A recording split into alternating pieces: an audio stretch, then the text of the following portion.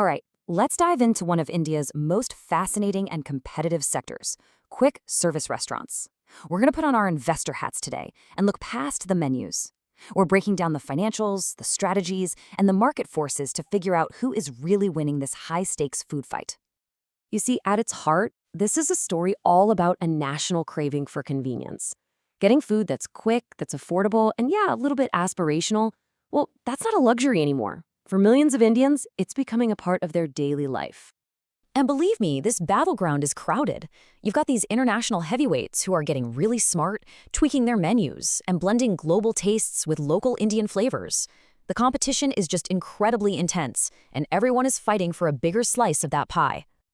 But for an analyst, for someone looking to invest, the real story isn't just about who makes the tastiest burger.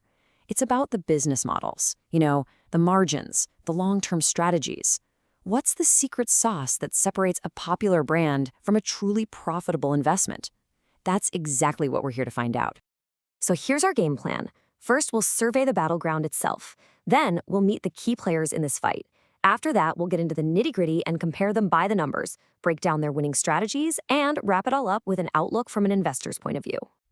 First things first, we really need to get the lay of the land. The Indian QSR sector isn't just growing, it's going through a massive fundamental transformation right now. And the biggest driver of that change? It's a huge shift in how we, as consumers, behave. For a younger, more digital generation, ordering food isn't just for a birthday party anymore. It's a regular, weekly thing, all fueled by this unstoppable demand for speed and convenience. So what you have is this really interesting tug-of-war. On one side, you've got these incredible long-term forces pushing for growth, like expansion into smaller cities and a booming delivery network.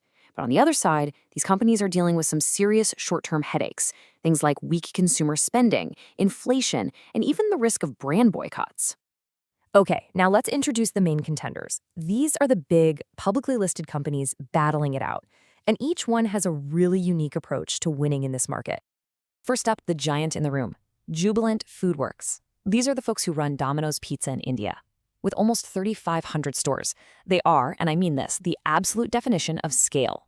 In India, for many people, Domino's is pizza delivery. Then you've got Westlife Foodworld, the master operator for McDonald's in the West and South. They bring the sheer power of an iconic global brand, and their strategy is all about disciplined, steady expansion, while keeping that menu fresh and relevant for local tastes. Now, this is a huge development you need to know about. The recent merger of Deviyani and Sapphire Foods is a game changer. It basically creates a multi-brand powerhouse under one roof, with massive scale in both fried chicken with KFC and pizza with Pizza Hut, a real force to be reckoned with. And finally, we have the challenger, Restaurant Brands Asia, running Burger King and now scaling up Popeyes. Their playbook is totally different. They're trying to grab market share by being aggressive on price and super focused on their digital channels. All right, strategy is one thing, but the numbers don't lie. Let's get to the core of our analysis. This is where we see how these players actually stack up on the metrics that really matter to an investor. Okay, this table tells us so much.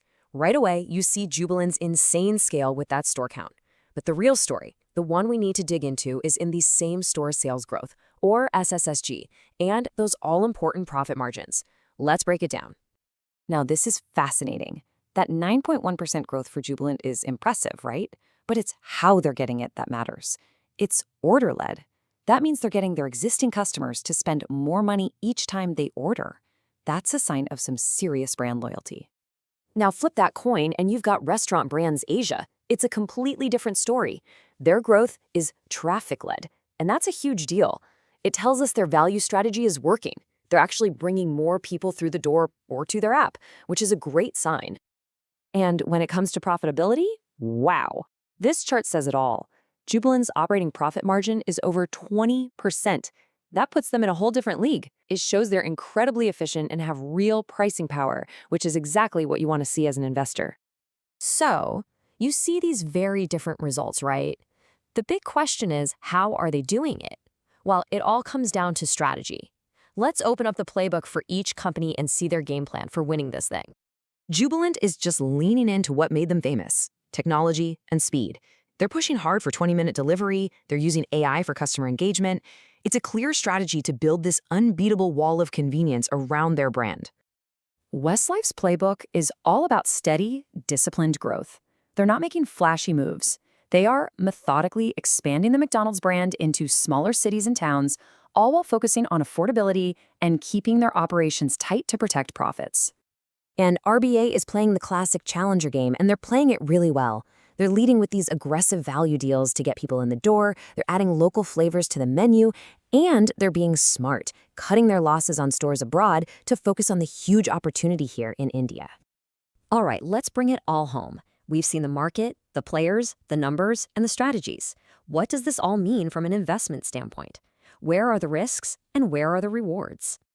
So here's the bottom line. The long-term growth story for India's QSR market, it's still incredibly strong. The challenge for any investor is balancing that huge potential against the short-term bumps in the road, and then picking the company whose strategy you believe in most. Which leaves us with the ultimate investment question, doesn't it? In a market where cheap deals are king and fast delivery is the main battleground, who's going to win? Is it the one with the biggest network, the fastest delivery, or the best value? Each strategy is a different bet on the future, and figuring out which bet will pay off, well, that's the billion-dollar question.